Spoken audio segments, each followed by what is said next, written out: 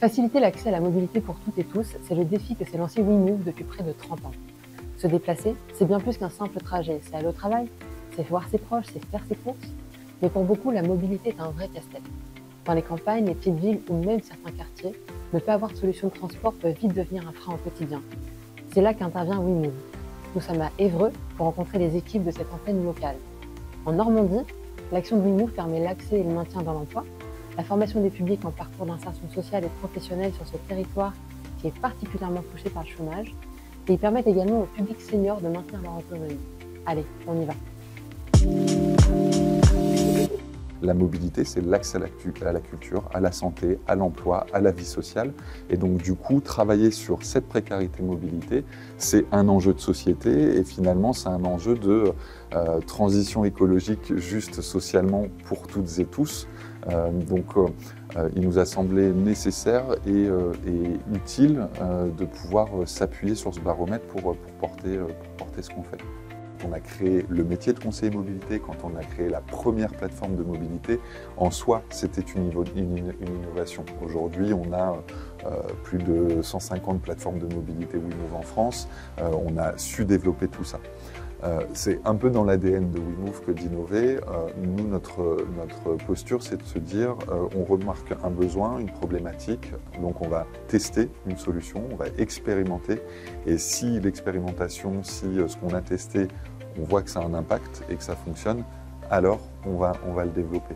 On ne travaille pas tout seul, on est dans un écosystème, on crée des partenariats en fonction des besoins qui sont repérés sur le terrain, qui sont ceux des personnes qu'on accueille.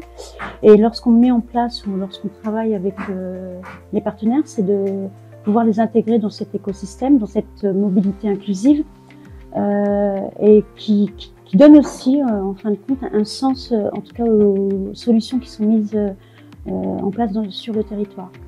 Et ça permet justement de pouvoir aussi être porteur de l'impact de leurs services, en tout cas, qui sont mis à disposition des publics en vulnérabilité ou en précarité.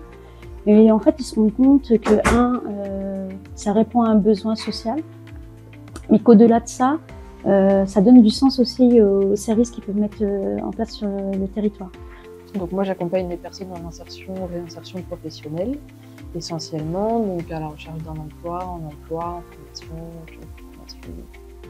et les personnes qui sont déjà en emploi, du coup, on va recevoir des personnes qui sont orientées par d'autres structures. Dans le cadre de l'insertion, en tout cas, c'est seulement par prescription, donc ça va être le CCAS, la mission locale. Il y a vraiment tout âge, donc des jeunes jusqu'aux plus âgés, puisque du coup on va jusqu'aux seniors. On va beaucoup travailler sur la montée en compétences, donc en fait le but c'est de les conseiller sur leur mobilité par rapport à leurs projets professionnels, par rapport à leurs projets sociaux aussi, leur vie personnelle, leur vie familiale. Voilà, il y a des contraintes, quand il y a un bébé, ce genre de choses, évidemment, c'est pas évident. Donc on va les conseiller sur le niveau global de leur mobilité. Le but ça va être de leur donner un maximum d'outils pour qu'ils puissent être au maximum autonomes dans leur mobilité.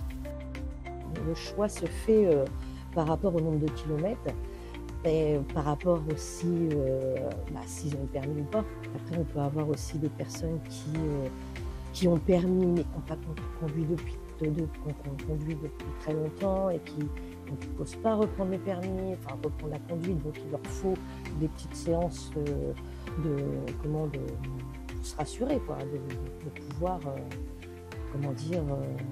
se remettre en confiance. Donc, en attendant cette remise en confiance, on peut très bien leur mettre un vélo ou une trottinette.